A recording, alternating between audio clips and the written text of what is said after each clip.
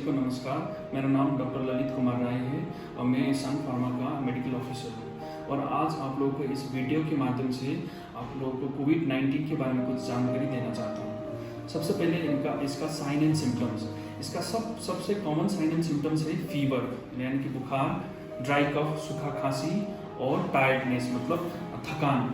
इसका serious symptoms है difficulty in breathing और शॉर्टनेस ऑफ ब्रेथ यानी कि सांस फूलना, चेस्ट पेन और प्रेशर, लॉस ऑफ स्पीच और मूवमेंट, कंफ्यूजन, पेल ग्रे और bluish discolouration of skin, lips और नेल बेड्स।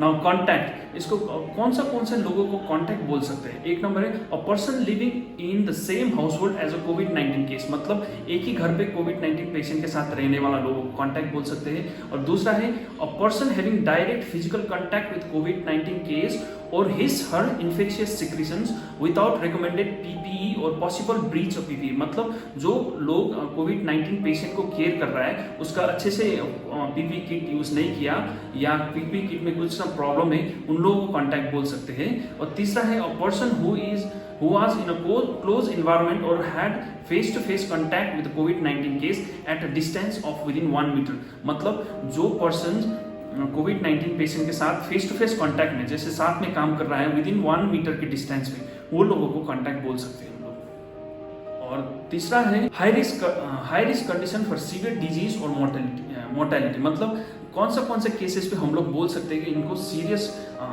डिजीज हो सकता है या इसका जान को खतरा हो सकता है। जैसे एज मोर देन 60 ईयर्स, जिसका एज मोर देन 60 ईयर्स है, सीबीडी कार्डियोवास्कुलर डिजीज और हाइपरटेंशन यानी कि जिसको हार्ट का प्रॉब्लम है या बीपी का प्रॉब्लम है। तीसरा है डायबिटीज मेलाइटस और अदर इम्यूनो कम्प्रोमाइज्ड स्टेज, मतलब जिसको डायबिटीज है और अदर इम्यूनो कम्प्रोमाइज्ड स्टेट मतलब जिसका इम्यूनिटी लो है, जैसे कि जो कैंसर पेशेंट है या कोई एड्स पेशेंट है।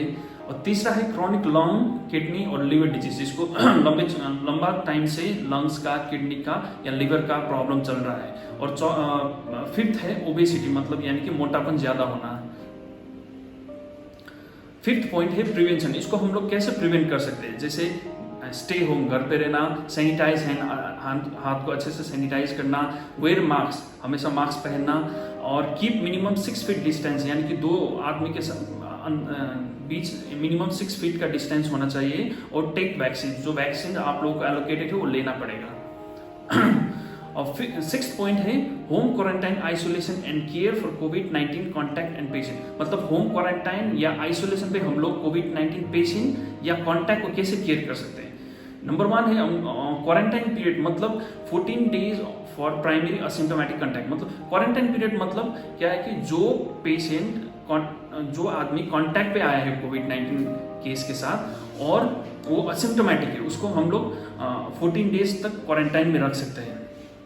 दूसरा है isolation period, 17 days for confirm और सिम्टोमेटिक कोविड-19 पेशेंट, मतलब जो कंफर्म कोविड-19 पेशेंट है और सिम्टोमेटिक है उनको हम लोग 17 डेज तक आइसोलेशन कर सकते हैं। और डूज, हम लोग घर पे क्या कर सकते हैं, स्टे होम, घर पे रहना है, सैनिटाइज हैंड, टेक रेस्ट, अच्छे से रेस्ट लेना है, wear mask, cross ventilation open window in room, घर पे अच्छे से वेंटिलेट होना है रूम को जहाँ पे वो पेशेंट रह रहा है। और मॉनिटर क्या क्या करना है, बॉडी टेम्परेचर 4th आवली, हम लोग को बॉडी टेम्परेचर 4th आवली मॉनिटर करना है।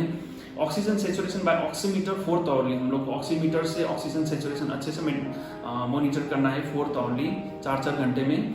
और हम लोग क्या क्या कर सकते हैं, ड्रिंक हेल्दी फूड हम लोग ले सकते हैं, green leaf vegetables and all, lie on your chest and breathe deeply to improve oxygenation, जिसको सांस लेने में तकलीफ हो रहा है वो क्या कर सकते हैं, प्रोनिंग कर सकते हैं, मतलब वो उसका छाती डाउन साइड पे रख के और लाई ऑन योर चेस्ट, मतलब छाती को नीचे साइड पे रख के सो सकते हैं, उस पर सांस लंबा सांस लेके वो पेट के बल लेट सकते हैं।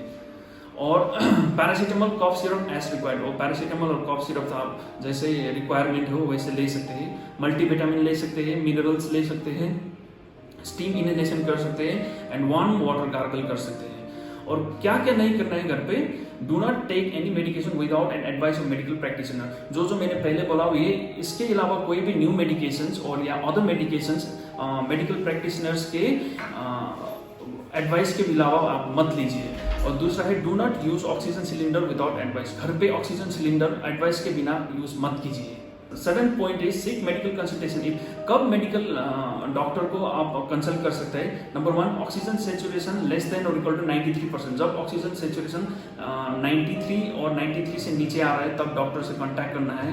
ब्रेथलेसनेस और डिजीनेस मतलब सांस लेने में तकलीफ हो रहा है या ज़्यादा चक्कर आ रहा है, और हाई ग्रेड फीवर और severe cough particularly beyond 5 days of symptoms onset. मतलब हाई ग्रेड फीवर या कॉफ कंटिन्यूसली आ रहा है और 5 दिन से ज़्यादा आ रहा है तो फिर डॉक्टर से कांटेक्ट करना है।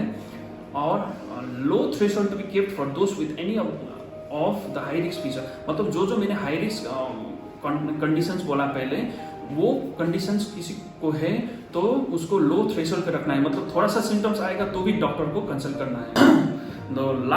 मेरा लास्ट पॉइंट है मिथ रिलेटेड टू कोविड-19, यानी कि अंधविश्वास रिलेटेड टू कोविड-19। सबसे पहले है हैंड ड्रायर किल कोविड-19। ये कहीं पे भी हैंड ड्रायर कभी भी कोविड-19 को नहीं मार सकता है। इसके लिए आपको हैंड सैनिटाइज करना पड़ेगा और हैंड वॉशिंग करना पड़ेगा।